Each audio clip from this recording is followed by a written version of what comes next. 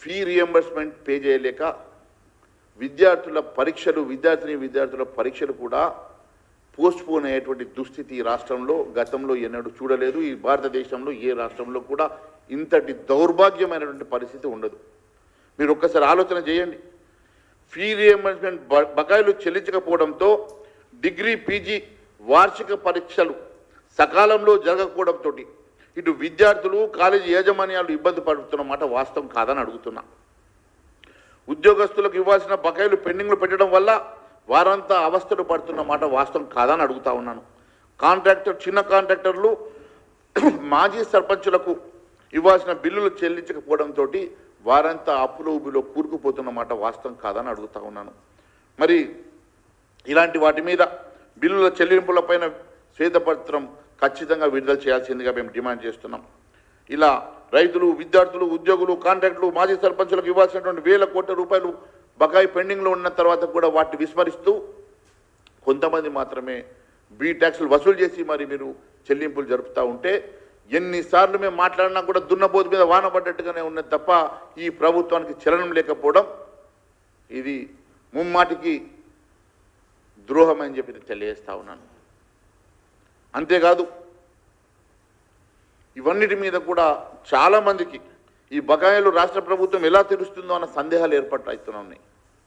ఈ రాష్ట్ర ప్రభుత్వం ఏ రకంగా ఈ పెండింగ్ బిల్స్ని పూర్తి చేస్తుందో అన్న చెప్పి అనుమానాలు కూడా కలుగజేస్తూ ఉన్నాయి. వివిధ వర్గాలకు ప్రభుత్వం ఎంత మేరకు బాకీ పడిందో మరి 15 నెలల్లో ఇప్పటివరకు మీరు ఎంత చెల్లించారో కూడా స్పష్టత ఇవ్వాల్సిందిగా మేము కోరుతా ఉన్నాం. ఇదంతా చూస్తూ ఉంటే ఇప్పుడు రబీ సీజన్ కూడా ముగుస్తున్నది. రైతు భరోసా మీద పూర్తిగా అందరికీ కూడా ఇప్పటివరకు చెల్లింపులు జరగకపోవడంతో రైతులు ఎక్కడ బాకీలు తెచ్చుకోవాలన్నా తెలియక అధిక వడ్డీలకు బాకీలు తెచ్చుకొని బాకీల పాలవుతున్న సంగతి నేను తెలియజేస్తూ ఉన్నాం.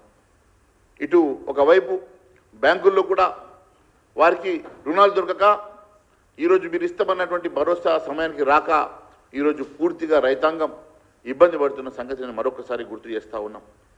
అంతేకాదు ఈరోజు ఈ రాష్ట్రంలో విద్యార్థుల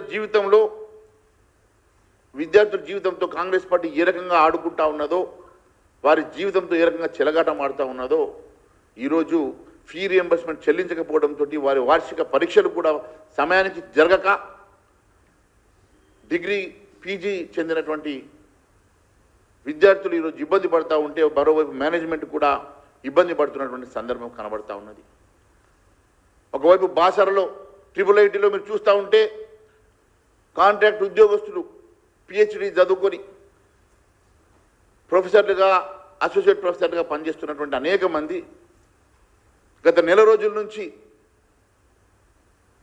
విద్యార్థులకు బోధన చేయకుండా వాడు రోడ్ల మీద కూర్చొని నిరసన తెలుపుతూ ఉంటే కనీసం ఆ సమస్యను పరిష్కారం కూడా చేసే పరిస్థితిలో ఈ ప్రభుత్వం లేకపోవడం, ఆ విద్యార్థులకు నెల రోజుల నుంచి టీచింగ్ లేక ఎగ్జామ్ టైం వస్తూ ఉంటే ఈరోజు క్లాసెస్ జరగకుండా వారు ఇబ్బంది పడుతూ ఉంటే కనీసం దాని మీద ప్రభుత్వం స్పందించకపోవడం చూస్తూ ఉంటే చాలా బాధాకరంగా ఉన్నది. ఎందుకంటే ఎడ్యుకేషన్కి మంత్రి కూడా లేడు, ముఖ్యమంత్రి గారు చూసుకోవాలి.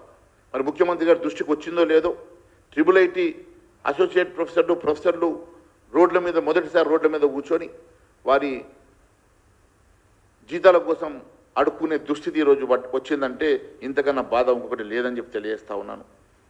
మరి దాదాపుగా ప్రైవేట్ కాలేజీలకు చెల్లించాల్సినటువంటి 7,000 కోట్ల రూపాయలు వెంటనే చెల్లించాలని చెప్పేసి, లేని పక్షంలో మేము పరీక్షలు నిర్వహించమని చెప్పి యాజమాన్యాలు చెప్తా ఉంటే బిక్కుమంటూ విద్యార్థులు ఈరోజు గోచపడతా ఉన్నారు. మరి ఇలాంటి విద్యార్థులకు ఇవ్వాల్సినటువంటి ఫీ రియంబర్స్మెంట్లు, ఆరోగ్యశ్రీ మొన్ననే మీరు చూసినారు.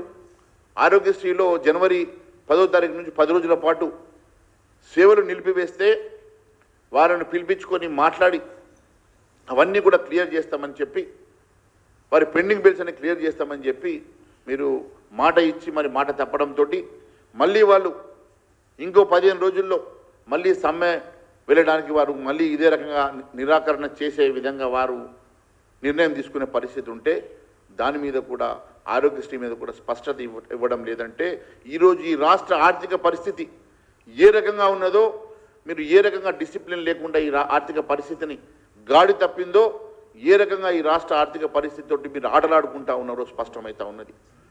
నేను ఒకటే అడుగుతా ఉన్నాను,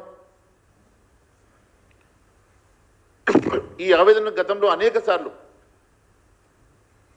కాలేజ్ యాజమాన్యాలు పోయి చెప్పుకున్నా మీకు చీమ కొట్టినట్టు కూడా లేకపోవడం, ఈరోజు పరీక్షలు వాయిదా పడ్డా కూడా మీరు దాని విషయంలో కూడా పట్టించుకోకుండా విద్యార్థుల జీవితాలతో ఆటలాడుతూ ఉంటూ వారి సమస్య పరిష్కారం కోసం వారికి డబ్బులు విడుదల చేయకపోవడం వెనుక మరి మతలబేందో.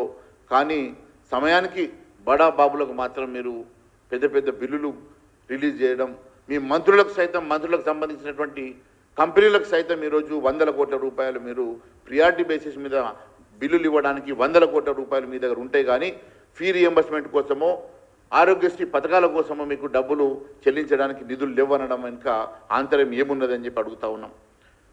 మాజీ సర్పంచుల బిల్లులు ఏడాది దాటినా ఇంకా లేదని చెప్పి 20% కమిషన్ అడుగుతున్నట్టుగా మాకు ఆరోపణలు వస్తున్నాయి. చివరకు ఏ పరిస్థితి అంటే చిన్న కాంట్రాక్టర్లు పోయి సెక్రటేరియట్ గేటు ముందు, ఉప ముఖ్యమంత్రి గేటు ముందు ధర్నా చేసేటువంటి సిచ్యువేషన్ వచ్చిందంటే గతంలో ఎన్నడూ విననటువంటి చిన్న కాంట్రాక్టర్లు సెక్రటేరియట్ పోయి ఉప ముఖ్యమంత్రి గేటు ముందు ధర్నా చేసి 20% కమిషన్ గవర్నమెంట్ అని స్లోగన్ ఇచ్చేటువంటి దుస్థితికి ఏర్పడ్డదంటే ఇంతకన్నా నీచంగా ఘోరమైనటువంటి ప్రభుత్వం గతంలో ఎన్నడూ మేము చూడలేదని చెప్పి తెలియజేస్తా ఉన్నాం. మరి వారికి ఇవ్వాల్సినటువంటి చిన్న చిన్న బిల్లులు, మాజీ సర్పంచుల కోసం ఒక 1000 కోట్ల రూపాయలు కేటాయించలేని ప్రభుత్వం, చిన్న కాంట్రాక్టర్ల కోసం 1500 కోట్ల రూపాయలు కేటాయించలేని ప్రభుత్వం బడా కాంట్రాక్టర్లకు మాత్రం 1000 కోట్ల రూపాయలు ఇస్తూ ఉన్నది. నేను ఒకటే అడుగుతా ఉన్నాను, ఈరోజు రాష్ట్ర వ్యాప్తంగా మొన్న కూడా జిహెచ్ఎంసీ పరిధిలోని కాంట్రాక్టర్లు 1100 కోట్ల రూపాయలు బకాయిలు ఉన్నాయి చెల్లించాలని చెప్పి ఇద్దరు కాంట్రాక్టర్లు కూడా కిరోసిన్ పోసుకొని నిప్పంటించుకునే ప్రయత్నం చేస్తే సహచర కాంట్రాక్టర్లు కాపాడిన మాట కూడా గుర్తు చేస్తూ ఉన్నా. ఒకవైపు మాజీ సర్పంచులు, మరోవైపు చిన్న కాంట్రాక్టర్లు, జిహెచ్ఎంసీలో ఉన్నటువంటి చిన్న కాంట్రాక్టర్లు కూడా ఈరోజు రాష్ట్ర ప్రభుత్వం నిలదీసి సెక్రటేరియట్ సాక్షిగా ధర్నా చేసేటువంటి పరిస్థితి వచ్చినా కూడా మీకు చీమ కొట్టినట్టు కూడా లేకపోవడం, ఇదంతా చూస్తూ ఉంటే మరి ఈ ప్రభుత్వాన్ని మీరు ఏ రకంగా నడుపుతా ఉన్నారో, ఈ ప్రభుత్వం ఏ రకంగా ఆర్థికంగా గాడి తప్పిందో ఈ రాష్ట్ర ప్రభుత్వానికి, రాష్ట్ర ప్రజలకు అర్థమవుతున్న సంగతి నేను తెలియజేస్తా ఉన్నాను. ఉద్యోగ ఉపాధ్యాయ సంఘాల జేఏసీ నేతలు సీఎం ఉప ముఖ్యమంత్రి బట్టి విక్రమార్క గారిని కలిసినప్పుడు 7 మార్చి 2025 రోజు 7th మార్చ్ 2025 రోజు మరి జేఏసీ నాయకులందరూ కూడా, మరి ఉద్యోగ ఉపాధ్యాయ జేఏసీ నాయకులంతా కూడా బట్టి విక్రమార్క కలిసినప్పుడు వారికి దాదాపు 10,000 కోట్ల రూపాయలు విడుదల చేయాలని, 10,000 కోట్ల రూపాయలు బకాయి ఉందని, వారికి 8,000 కోట్ల రూపాయల వరకు మరి ఉద్యోగ లీవ్ సిలిండర్లు, లీవ్ ఎన్కాష్మెంట్స్, ఆర్జిత సెలవులు, మెడికల్ రియంబర్స్మెంట్లు, టీజీఎల్ఐ, గ్రూప్ ఇన్సూరెన్స్ లాంటి బిల్లులు కలిపి 8,000 కోట్లు పెండింగ్లు ఉన్నట్లు, అదే మాదిరిగా అవి కాకుండా సిపిఎస్ ఉద్యోగులకు సంబంధించిన మరో 2,000 కోట్ల బిల్లులు పెండింగ్ ఉన్నాయని, రిటైర్మెంట్ బెనిఫిట్స్, పెండింగ్ డిఏలు, డిఆర్లు ఇవ్వకుండా ఎన్నాళ్ళు కాలయాపన చేస్తారని చెప్పేసి రిటైర్డ్ ఉద్యోగులు కాంగ్రెస్ సర్కార్ని ప్రశ్నిస్తుంటే కనీసం వారి అంశం లోపల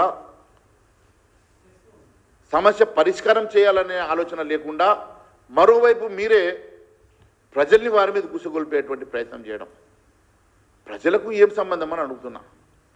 ప్రజల్ని ఉద్యోగస్తుల మీద కుసగొల్పేటువంటి ముఖ్యమంత్రిని గతంలో ఈ భారతదేశ చరిత్రలో ఎవరు చూడలేదు.